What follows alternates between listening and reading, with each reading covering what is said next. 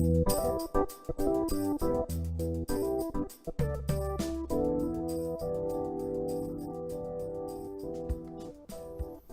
everybody, this is Sergeant Helgerson. I hope you're doing well. Last week's podcast was my interview with Major Wallace. We talked about the topics for this professional development program. This week, I'm posting my interview with Captain Schmidt. You may or may not remember him since he was only here for a little while. He was up from Sheppard Air Force Base to help while he waited for his next assignment. It was an impromptu conversation with him that gave me the idea to start these podcasts, so you can choose to blame him or thank him. Either way, he told me about a book called Crucial Conversations, with the subtitle, Tools for Talking When the Stakes Are High. I have a few copies in my office if you'd like one, totally free, just stop by.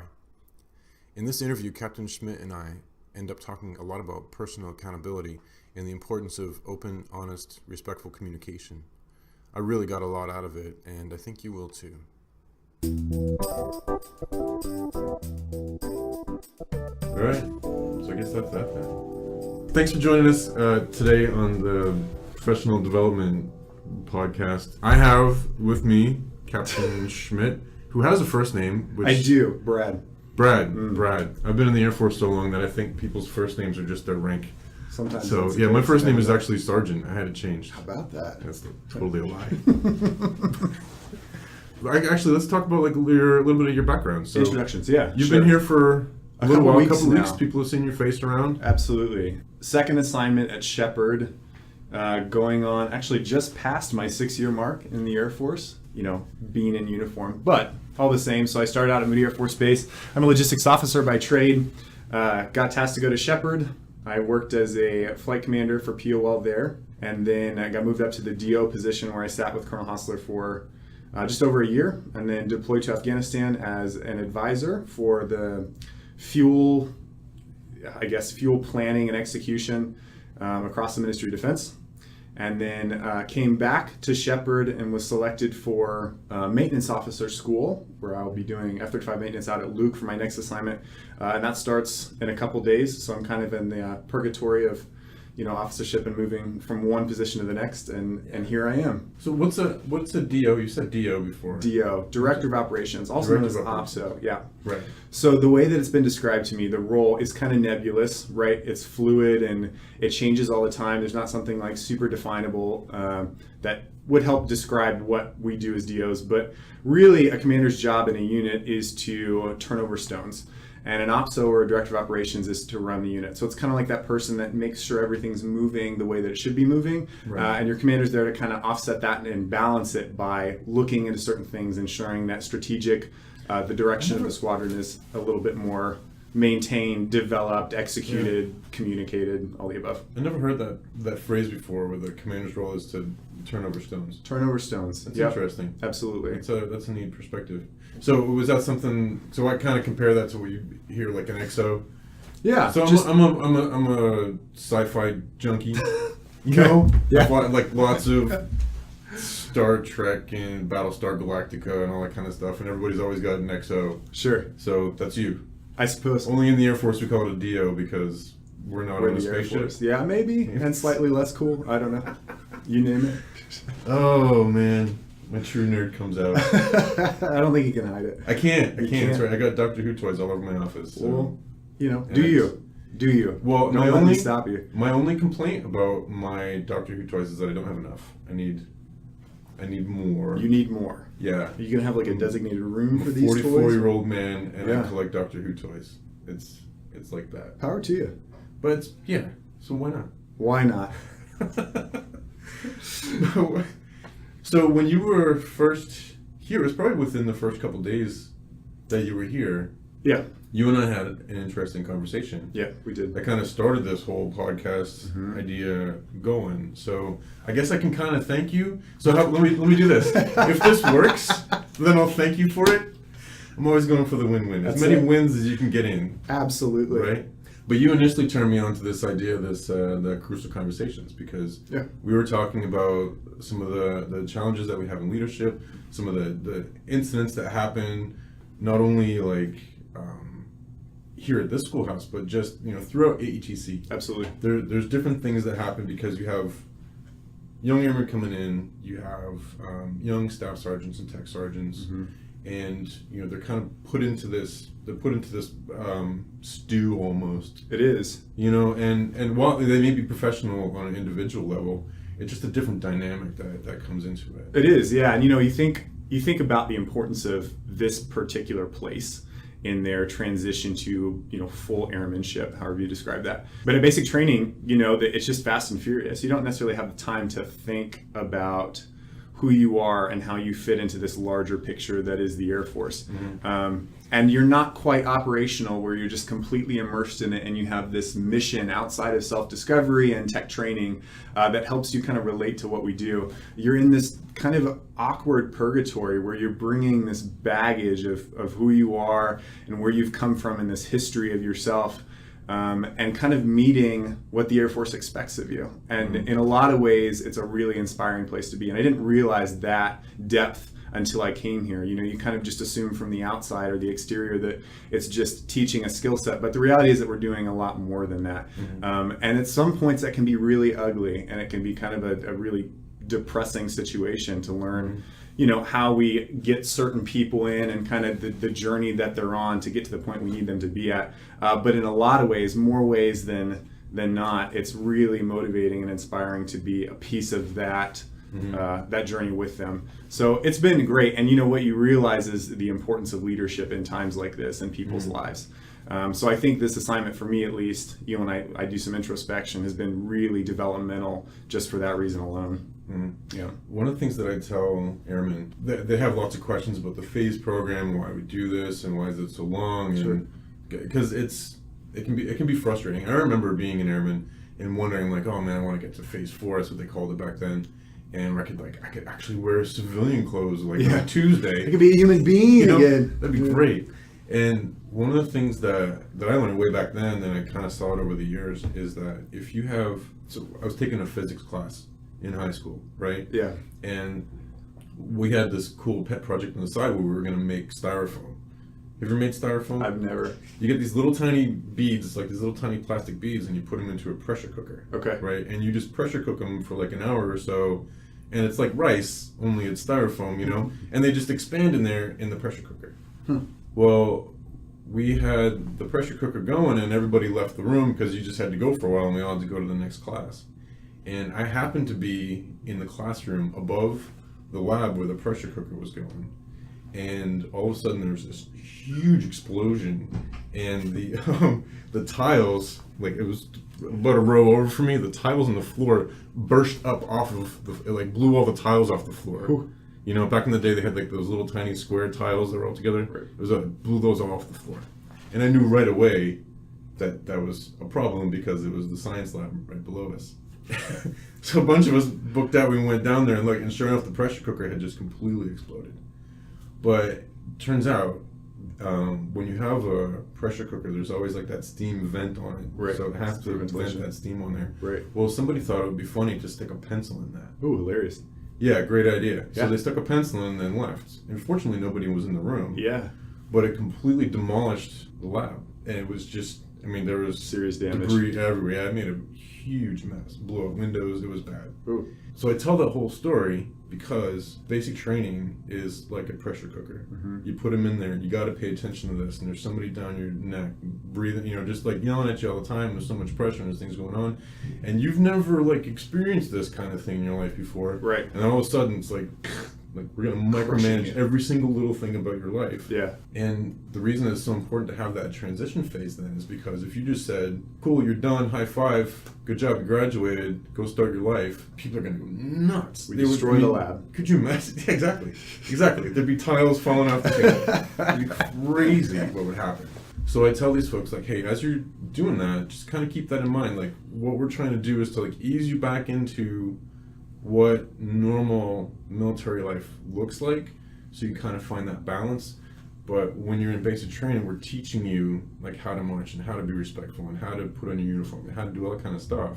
But as you're moving through these phases, we're expecting you to, as you go through them, to learn how to instill your self-discipline. Absolutely. So and hold yourself accountable for those things and make sure that you're abiding by those standards that we put you in that pressure cooker to learn. Right. So it's those two reasons why we have these different kind of phase programs. Oh yeah, they're critical, absolutely critical. And that, I mean, it kind of brings me to think about, this importance and this idea of commitment. And this is a different line of work than, most Americans will experience. And that's a really good thing, I think. Right. But because of that, it's an experience in itself, and it's something that requires a deeper level of commitment. But to get to that level of commitment, there has to be, kind of some really good self-analysis to figure out what you're committed to figure out what inspires you, what motivates you. We have to give you that time to figure that out. And, in the long run, when we ask you to do things that are really tough, right? And we ask you to go to places that suck, and be a part of situations that are the farthest thing from ideal that you could possibly imagine, that's when commitment really comes into play. So we're working to develop that idea here, right? Instill that in you now, that will help carry you through. And I think, as you get into the military and you meet some of these people and you have some of these experiences, your commitment grows because you appreciate the ideals of those surrounding you and the experiences of life that people have and bring to the table. But we create it here. That's where the foundation starts. So it's important to develop a good foundation so they can, survive the rest of their Air Force career. I mean that figuratively and literally. But well, I think I would add to what you said about what was the exact phrase that you used, that your commitment is going to grow. Absolutely. And I think that the caveat that I would put on that is that your commitment's going to grow if you've been set up on the right path, and that your motivations are right, and those sorts of things. So like another, well, I'm not going to get into too many analogies. I don't want to like blow my wad right now. Good analogies galore.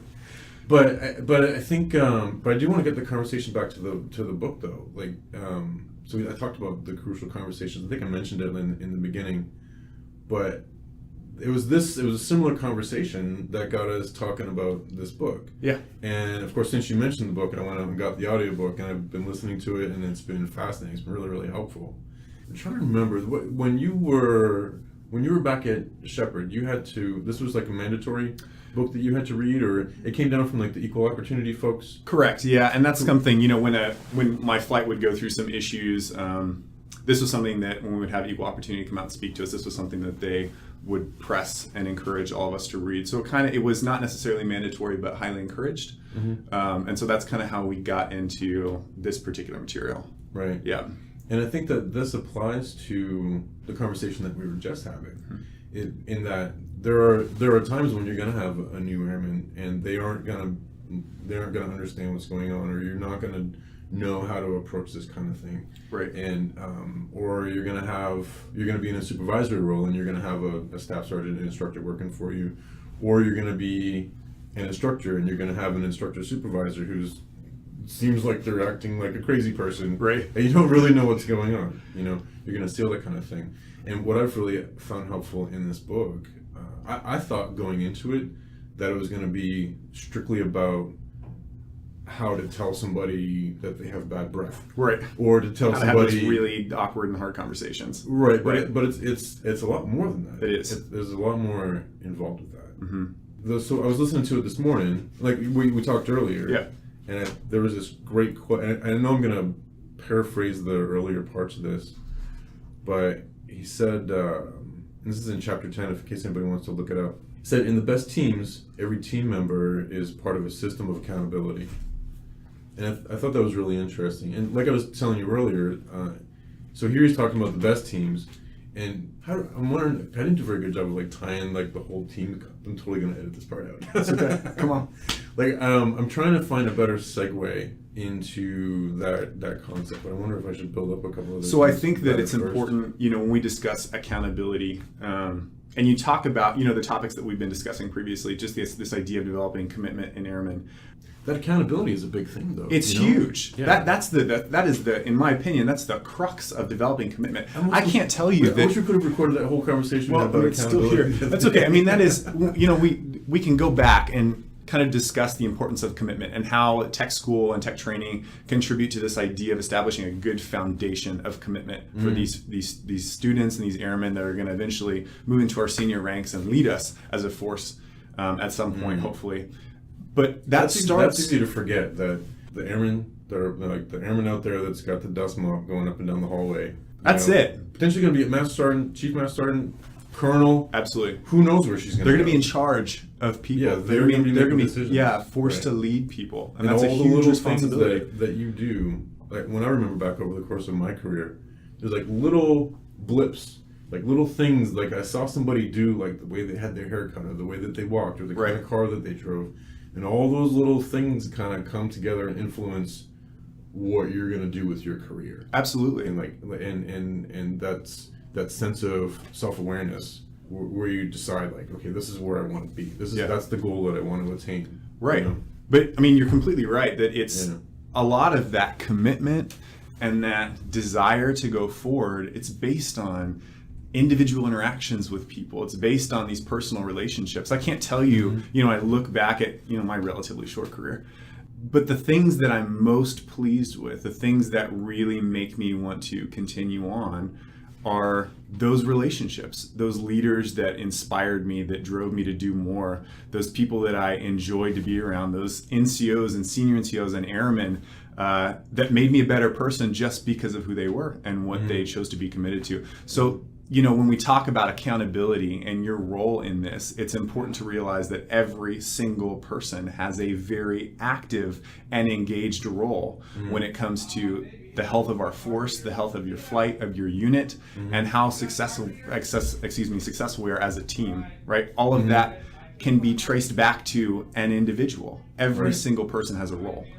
One of the things that I like to tell the airmen along that same vein is, I'll walk into a room full of airmen, like after they take the test, I'm totally procrastinating.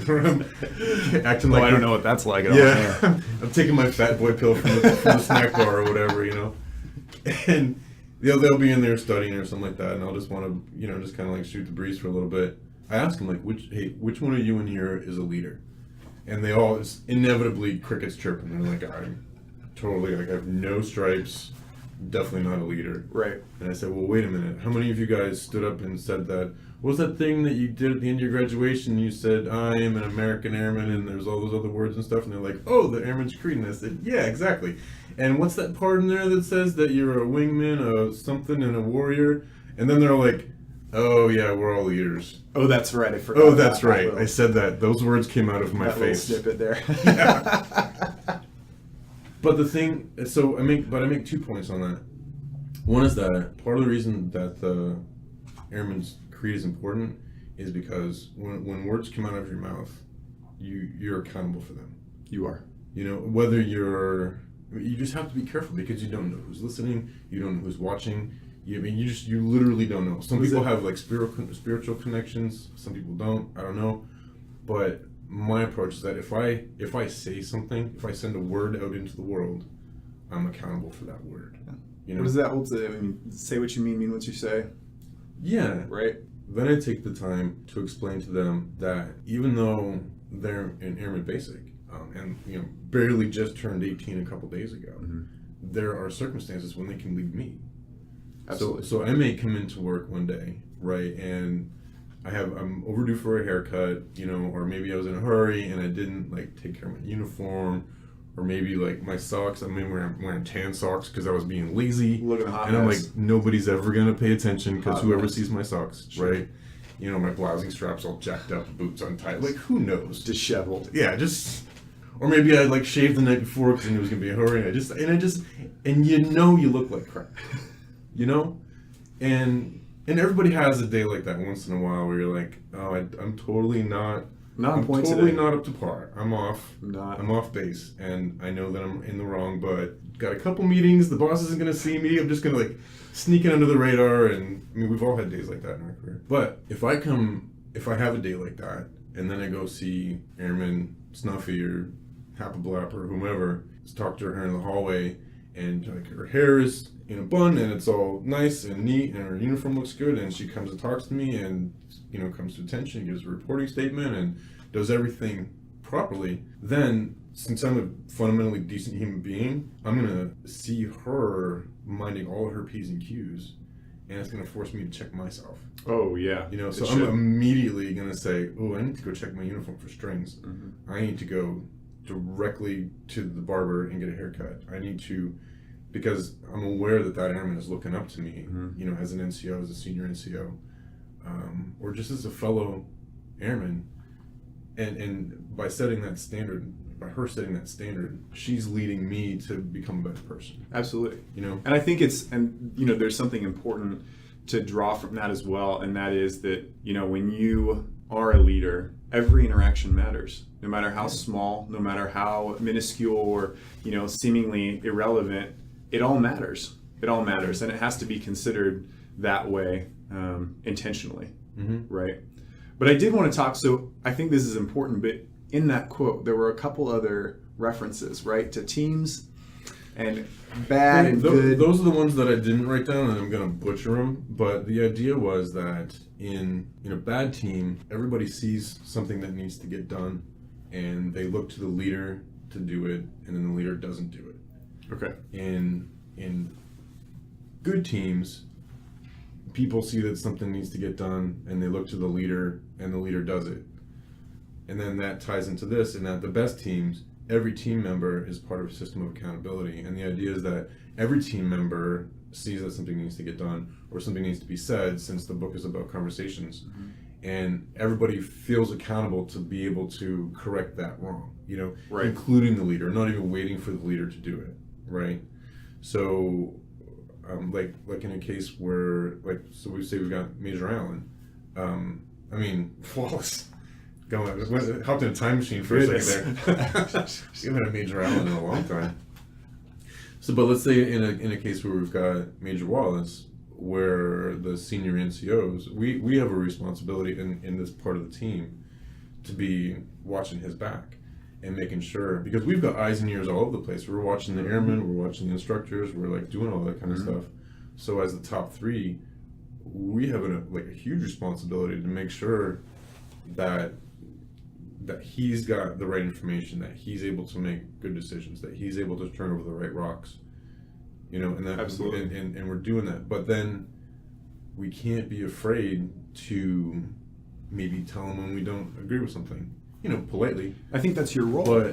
But I think that's the expectation. As a leader, you should have the expectation that there's going to be pushback, right? But it's calculated, and it's there because it should be calculated. But I think it's really important to recognize that pushback is simply because we both want what's best for the unit. Correct.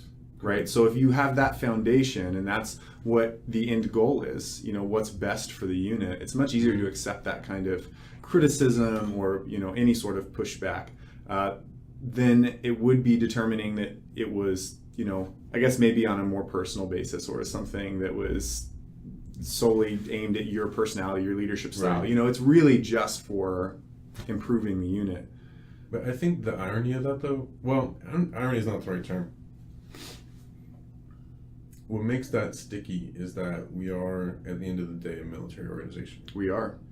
And maybe in the corporate world, that sort of stuff would work really slick, in some organizations. But sometimes we just gotta salute and press. It reminds me there was an article that came out in the base paper, or the Post Gazette here on Post, and there's a big disconnect between how the Air Force views leadership and how the Army views leadership. Okay. And in the Army, it's all about, you do what I tell you to do, now quickly, don't ask too many questions, I gave you step-by-step procedures, and I have reasons, just obey, go. I can attest to that. Yeah. And we've all seen that, and there's good reason. There's sound logic behind having that. I'm not trying to be critical, it's just that is that way. And in certain places within the Air Force, we also have to have that. So back when I was an aircraft maintainer, I had to do everything strictly by the TO. Mm-hmm. You don't deviate from the TO, because it's a technical order, and you follow orders.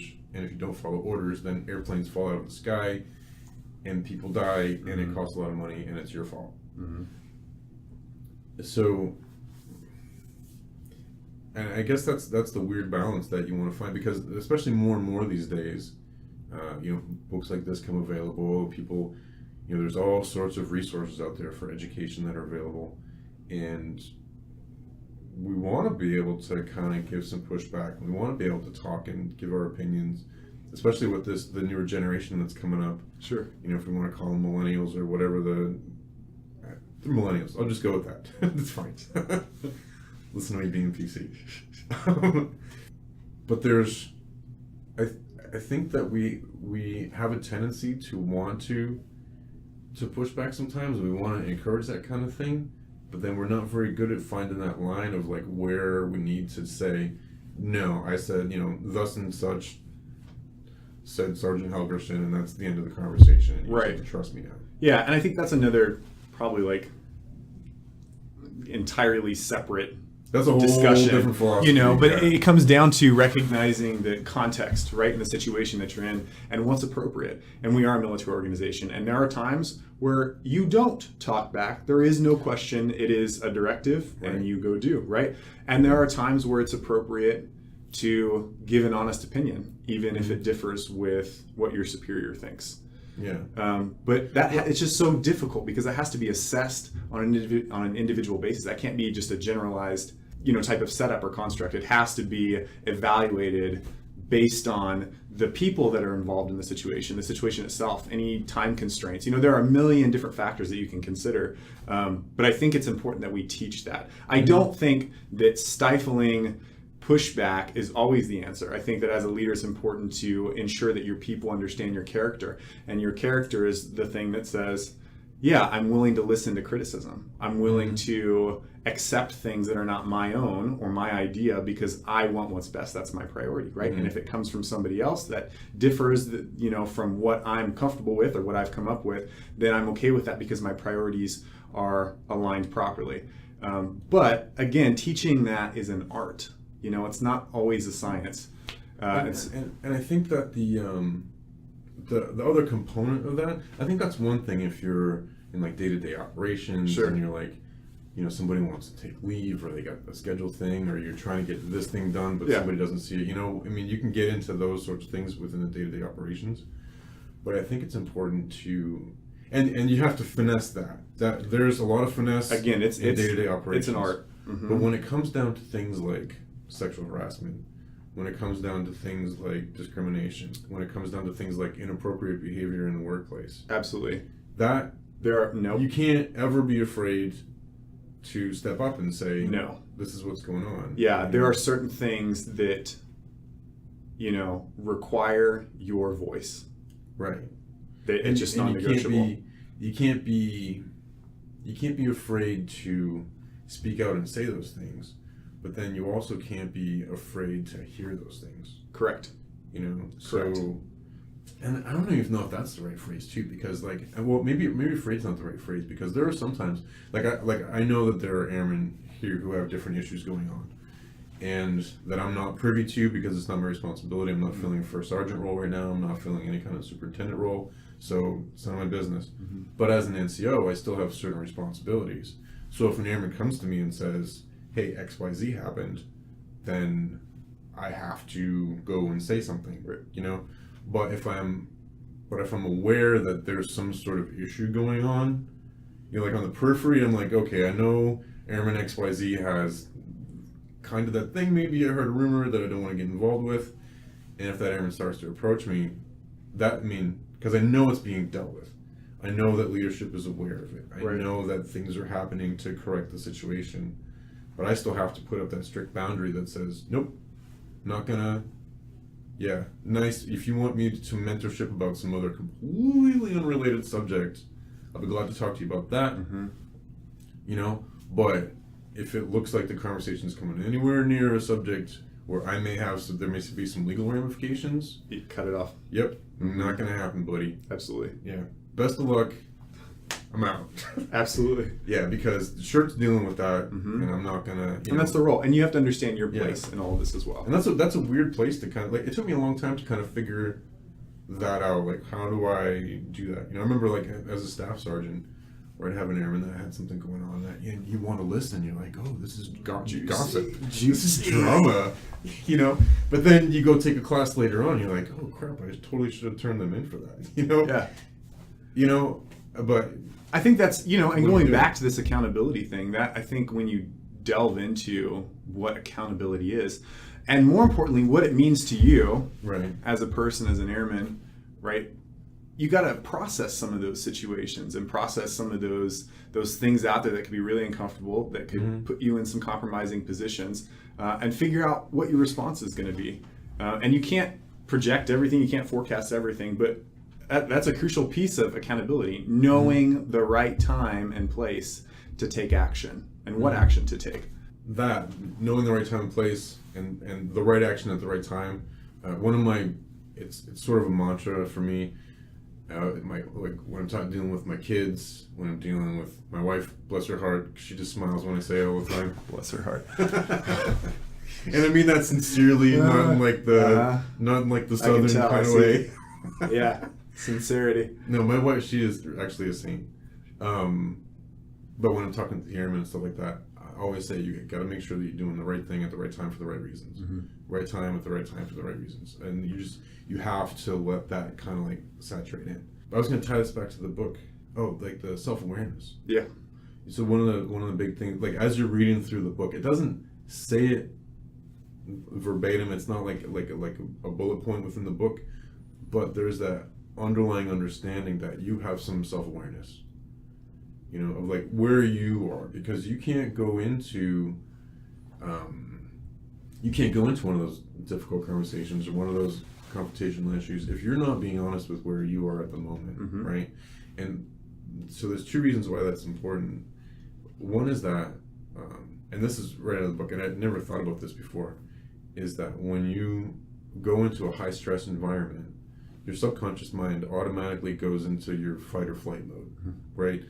And if it's going to be stressful, then blood drains out of your brain into your muscles and into your nerve systems and gets you ready to potentially flee out of there, which means you don't have as much juice flowing in your noggin, which means that you might not be working with your highest cognitive abilities in the moment, right? So you could literally run off your monkey brain in one of these situations and then find yourself just saying inappropriate things, or like that's the moment when my Tourette syndrome comes out, and all of a sudden I'm swearing like a sailor. I'm saying strings of words I didn't know existed. Not the best for decision making, maybe. And that's not a good time for doing anything appropriate in your life at all. But I think that having that kind of that self-awareness of where that boundary is for yourself, you know, and then being willing to push that boundary, because you need to be able to push that back a little bit. You have to be able to be in that kind of stressful situation, and even more stressful situation, but still have your cognitive abilities and still be able to talk politely, you know. And I'm not very good at that.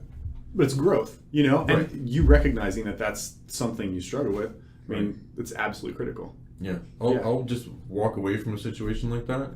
If I can feel my Tourette's coming up, I'll say, you know what? I know that I'm aware of the fact that my face is really red right now, and I really want to punch everything within 2 feet of me, and you know, I have this craving to see blood, and that's not healthy. Hulk status. That's not going to be exactly not good for anybody. Yeah, so I'm just gonna go maybe, you know, have a chill, you know, meditate, center, whatever, woosah, and then we'll re-engage later. Yeah, you know, you're right. And I think, you know, when we speak about accountability and every single person having a role, that's important. Every person has to kind of work toward this betterment of self-awareness, of self-understanding, because you can put yourself in a lot of bad positions without that self-awareness and self-understanding. That can be really damaging, not just to you, to your professional career, but otherwise. So I think it's crucial to be able to assess that. It is. And the other part of the self-awareness too is that making sure that you're coming at it, and he harps on this in the book a lot, is that you're approaching the subject with the right motivation, and not from an area of being a victim. Like so victimhood is a big theme throughout the book. Yeah. Like in traffic, for example. You know, like somebody cuts you off, and you know, instead of saying, "Oh, that jerk," and blah blah blah, I'm gonna, you know, You know what I did the other day? What's that? For the first time in my life, Oh gosh.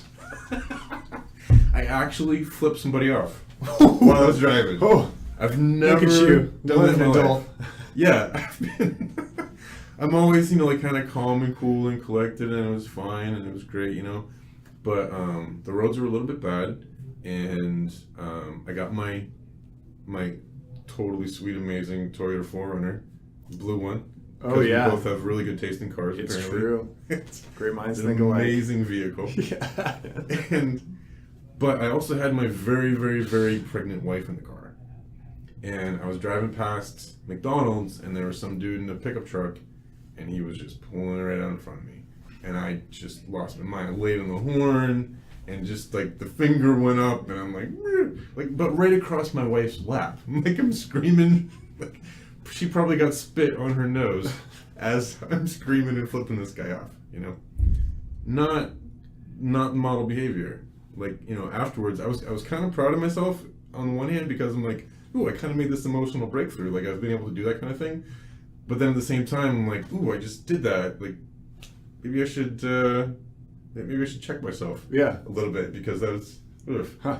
But I think it was because my wife was in the car and she's pregnant. Well, yeah, like, it changes. And in my mind, I'm like, if you hurt this baby, dude, oh yeah, there's so much riding on this kid right now. Absolutely. There's so much invested in this child. Yeah, that makes sense to me. Yeah, I mean, like if something happened to that child, I might have. Well, I probably would have collected myself a little bit, but I was seeing red. I was definitely seeing red. But where was it going with that? There was like a whole spiel. What was I before? Victimhood. Yeah. So you're in the car. Yeah. Right, and that mentality that makes me honk and scream and spit in my wife's face accidentally. I didn't honk a loogie, and flip people off.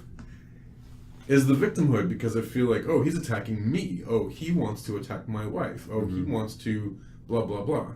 When what really happened was he had a cup of coffee, and the person in front of me had their blinker on and was turning, and I was a similar color vehicle, and they turned in, and he just didn't see me, and he thought there's no more cars. He's so good. Pull out a little bit. And as soon as he saw me, he stopped his car. He never was even in a dangerous place. Like, there was never any real risk of me hitting him. But I perceived myself as a victim. I perceived myself under threat, so I completely lost my cool. Yeah. And it's important to take that same idea and apply it to like all situations. So if your commander comes in and says, "Hey, everybody, I'm really sorry, but we gotta meet this thingamajob's going on, and everybody has to come in on Saturday." Probably 80% of the people, or 20% of the people, depending on how you apply the rule, are gonna feel like a victim. Like, oh, why is he always doing this? Yeah. Or why is it's always stupid? Mm-hmm. Or you want to put in for leave, and the instructor supervisor says, "I'm sorry, no, you can't take leave right now." It's really easy to say, "Oh, he always denies me my leave, and I can never." Crap, and I hate them. Try not to swear. Sometimes it's challenging. Yeah. Yeah.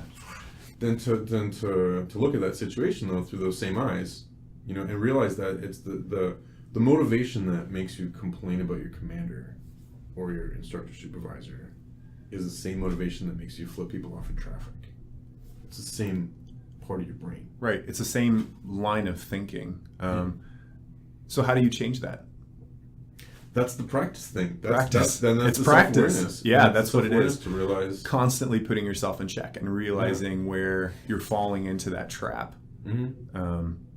And you're right. I find myself doing that consistently, despite my best intentions. And sometimes just it happens, spontaneously, and you don't really think about it. You don't put effort into feeling that way, but it's just kind of like a natural response. And so I think it's really important to be able to stop. Like, have a moment of introspection, figure out where you went wrong there, and do your best to fix that thought process in the future. And I know I've been practicing this for a little while, and it works. When you start really thinking about your day and the moments within your day where there's some contention, or there's a space where you felt like a victim, you start recognizing that. Slowly your mind starts to change the way that it processes things. And so your first thought isn't, that I am a victim in the situation, but goes to consider this greater and, I guess, more broad awareness of what's going on around you and the motivations of those around you. And it really helps temper you, right? And it helps make you, I guess, think about the decisions you make and how you interact with the world. And that's really important. It's important for accountability purposes. It's important for leadership. And it's important as a human being. I mean, even outside of an organization, I think that that's a huge piece of development as a person. Now, accountability is another word that keeps coming up. And you and I also had a conversation about that. Yeah. And so my background is Protestant. I was raised, Baptist and spent some time with the Pentecostals, but I've always been in the Protestant Christian world. Yeah. And accountability has one connotation there, and because you have a similar background, and then, but then I'm not sure, but I'm still learning like how other people from other mindsets and other backgrounds think about accountability. Because for me, when I think about accountability, like we talked about before, is that you don't really need like an accountability partner. You don't need to be held accountable unless you're screwing something up. Right. It has a negative stigma attached to it. Like I have to, like I'm going to AA meetings and I need my sponsor who holds me accountable because I can't stop drinking all the time. Right. Implies a lack of self-control. That's why you need somebody to help hold you accountable. Right. So there's always like a negative context around it. But I think it's important, as I've gotten older, I've learned that I just have blind spots everywhere in my life. I've been around long enough to know that I've got blind spots. I'm always going to screw those same things up. Always going to do it. So that's the benefit of having somebody there for accountability, because they're watching out for my blind spots, and then I can watch out for their blind spots. And it can be the spouse or Sergeant Turba has been really good for that with me. Or other coworkers and stuff like that, or even sometimes people that I supervise. Because people that you supervise, they've got your blind spots under a magnifying glass. They know what you don't know. They know what you suck at. Yeah. So I'll even do that. I mean, in certain ways. I mean, that's got to be kind of a delicate balance to find like when's the right time to do that. Sure. But I don't think you should be shy about saying, like me as a master sergeant going to Tech Sergeant Willis and saying, hey. So I know we got these projects going on. You're doing a great job. Appreciate blah blah blah. We're meeting our goals. Now, what am I missing? What am I not seeing? Yeah. What am I not like? What else can I do to help make this whole process better? Because I know I've got blind spots, and that ties into that whole accountability idea. Yeah, I agree. And for me, it's very similar. That it's just it's kind of this idea that I am unaware of a lot of things. Yeah. In every situation, there are blind spots. I have components and elements of it that I just cannot see.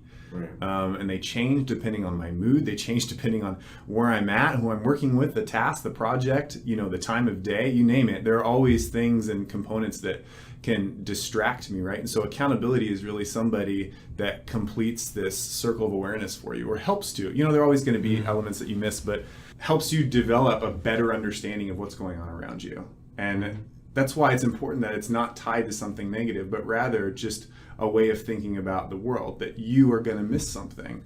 And checking in with somebody else and being able to be talked to, I guess, or informed of, the things that I missed. That's important. I have to be willing to accept that, because it's going to happen regardless. Every human being has blind spots, right? So accountability is what helps mitigate the negative effects of that. Right? So it's important that we are, as airmen, as human beings, are accountable for each other. And you have somebody that's willing to tell you where you're missing something, because that's a hard conversation to have sometimes. Right. But it's totally necessary. And that's the other part this kind of ties back into the quote that I used in the beginning, is that every member is part of a system of accountability. But going back to when I talked to the airmen about the Airman's Creed, there's that other phrase that you say that says, I will not leave an airman behind. Right. So I emphasize with them that each one of them are leaders, and you've also said the words, I will not leave an airman behind. So if you see, Airman Jones, who is 21 or over, talking to Airman Gabriel, who's 18, and that Gabriel's trying to get Jones to buy some alcohol, if you see that situation, then you have a responsibility to step in and say, no, because I'm your wingman. Like, we're both wearing the same uniform, therefore I'm your wingman. Therefore, if you're about to go buy alcohol for an underage person, you're about to make life really bad for yourself and potentially lots of other people. You're an underage person asking an older person to buy you alcohol. You're about to screw something up for yourself and lots of other people, blah, blah, blah. And but to instill it, because we have to be looking out for our wingman, no matter where we are within the team. Right. You know, it's and no matter what rank we are, no matter what position we feel like we're filling. Exactly. And I don't necessarily see this idea of accountability hierarchically. No. That's not the structure that comes to mind. Although it's kind of embedded in our mind just because we're in the military and that's the natural way of things. But when it comes to accountability, it really is kind of just this level playing field where everybody has a responsibility to everybody else. And accepting that responsibility and taking action because of it is what's really the crux of healthy organizations. Right. And again, we could go into depth about other elements of, what makes unhealthy organizations, but I think accountability is where you really make your money. And so it's critical that everybody realizes that their role is important. And it can be something as, we have copious examples here in tech training just with, alcohol and all sorts of other stuff, but it applies all the way up through all sorts of, situations in life and struggles that people go through. So it's really vital that we have those people that are able to tell us what we're missing and have that mindset willing to search out that feedback, right? And be willing to accept it. Yeah.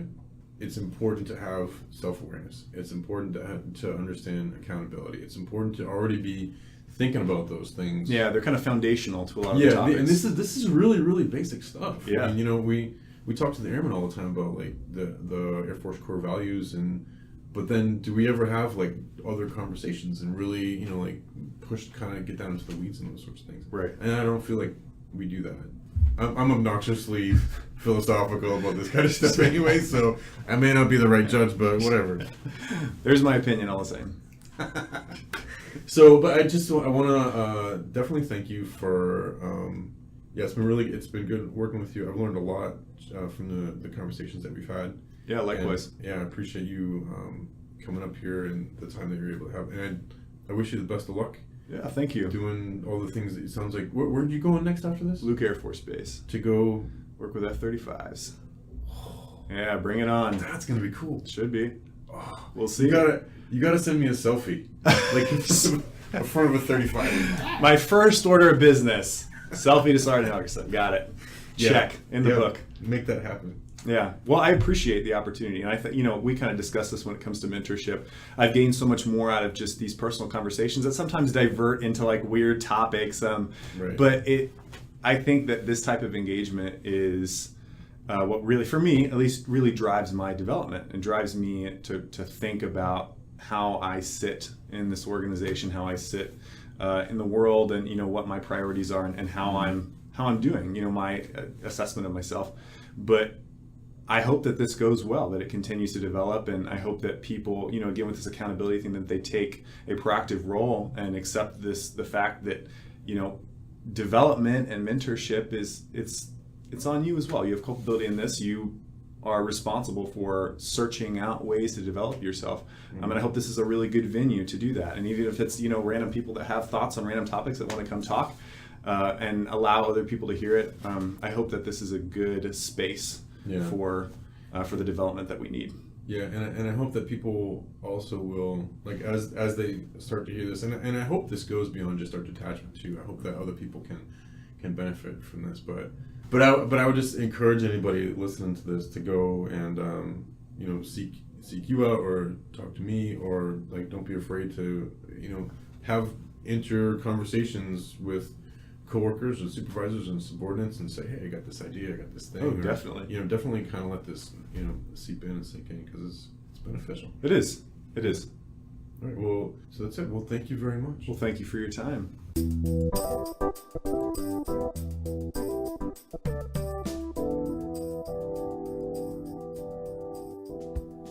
Thanks for listening. As I was editing this podcast, I must have listened to some parts of it at least a dozen times. And even though it was me having the conversation, I learned something new every time I went through it. My personal biggest takeaway is the importance of finding balance between listening to other people's perspectives and moving forward with the mission. As we progress in management and leadership positions, the stakes get higher and making the right decision gets tougher. Fortunately, there are plenty of people who have gone before us and set some really good examples. Take some time to observe the leaders we have in our detachment. Any of the instructor supervisors or Major Wallace, Senior Master Sergeant Rocky, Sergeant Allen, all of them walk this line every day and they do a really good job at it. If you got something else from this interview, I'd really like to hear about it. Take some time, stop by my office. I would love to talk to you and get your perspectives. Also, don't hesitate to talk to your other wingmen about it and share this around. Thanks for listening. I really do appreciate it. As always, keep flying, keep fighting, and keep winning.